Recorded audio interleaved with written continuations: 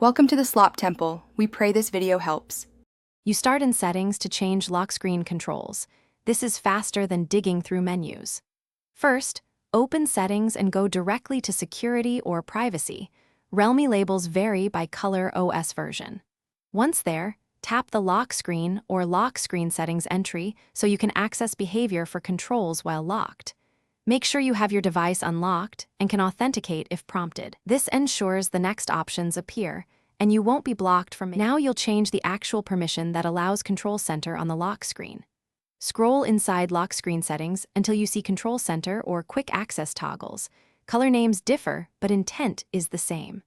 Toggle off the option for Control Center on lock screen or disable swipe down gestures from the lock screen. If the phone asks for your PIN or fingerprint to confirm, authenticate.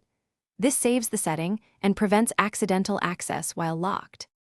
Finish by locking your screen and testing a swipe down to confirm Control Center no longer appears.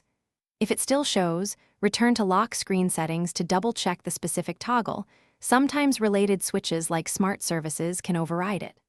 Once done, reboot the device to apply changes fully and try again.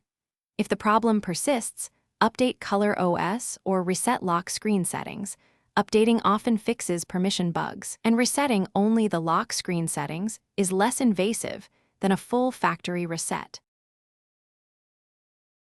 Thanks for watching. Consider subscribing if we helped you.